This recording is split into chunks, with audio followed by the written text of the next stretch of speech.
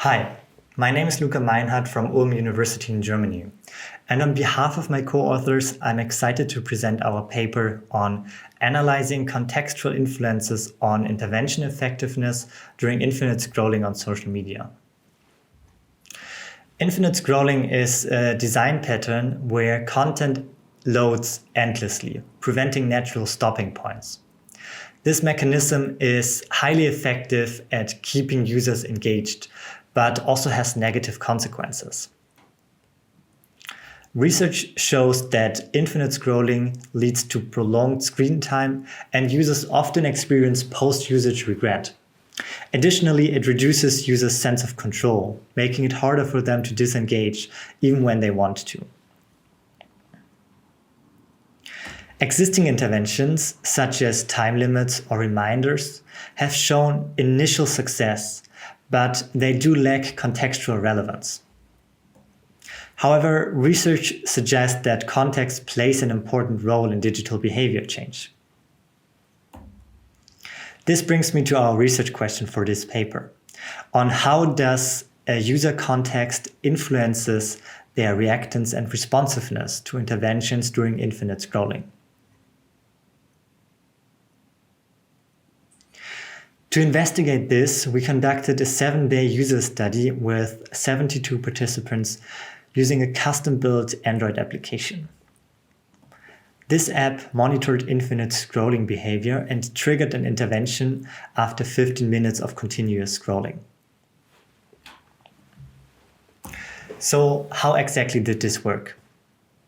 When participants scrolled continuously for 15 minutes, they saw a pop-up intervention on their screen.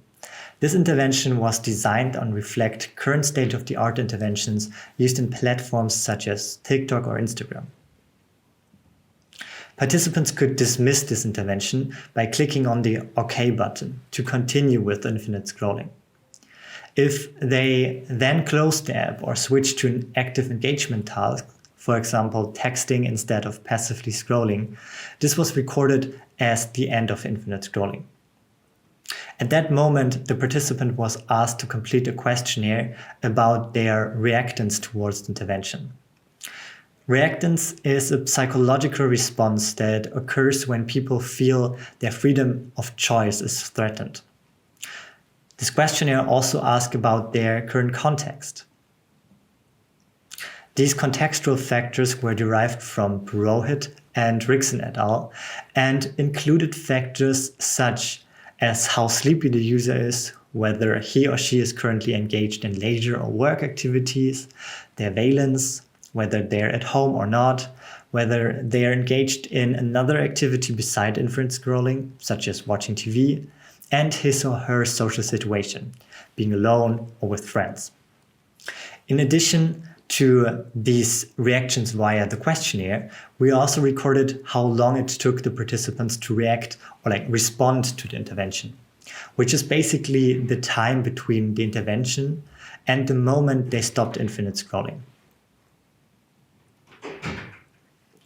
Looking at the results, we found one significant main effect for reactance on the sleepiness. Sleepiness reduces reactance, but it did not improve the responsiveness. This suggests that users engage in so-called bedtime procrastination. Even when they accept the intervention to stop infinite scrolling, they struggle to actually do so. This highlights the need for stronger interventions to help users disengage during bedtime. Beyond the sleepiness effect, we also found 8 significant interaction effects on responsiveness. For clarity, I'll focus on the 3 main findings. First, negative emotions increased scrolling duration, especially at home.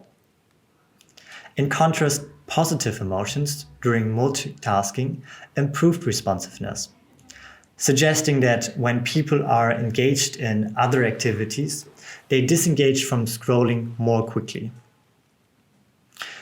Being at home lacked external distractions.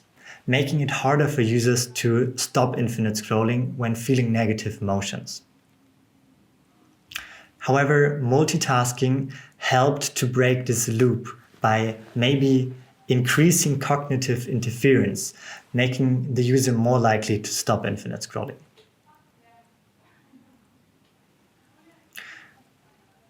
These findings offer actionable insights for designing more effective interventions. We found that sleepy users accept interventions more easily, but they still struggle to stop infinite scrolling due to bedtime procrastination. Therefore, we suggest that interventions should be gradually intensified rather than presented as a single prompt. For example, initial interventions could be gentle nudges, like reminders about the sleep quality. If scrolling continues, interventions should escalate to more disrupt methods, such as screen time limits or temporary app locks.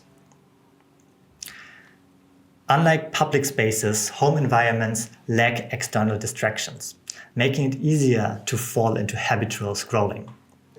This suggests that interventions should not only ask users to stop scrolling, but also redirect them towards alternative activities.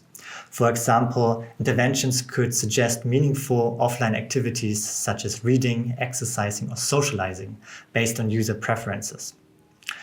Alternatively, stricter interventions such as content blockers or usage limits may be more effective when scrolling happens at home.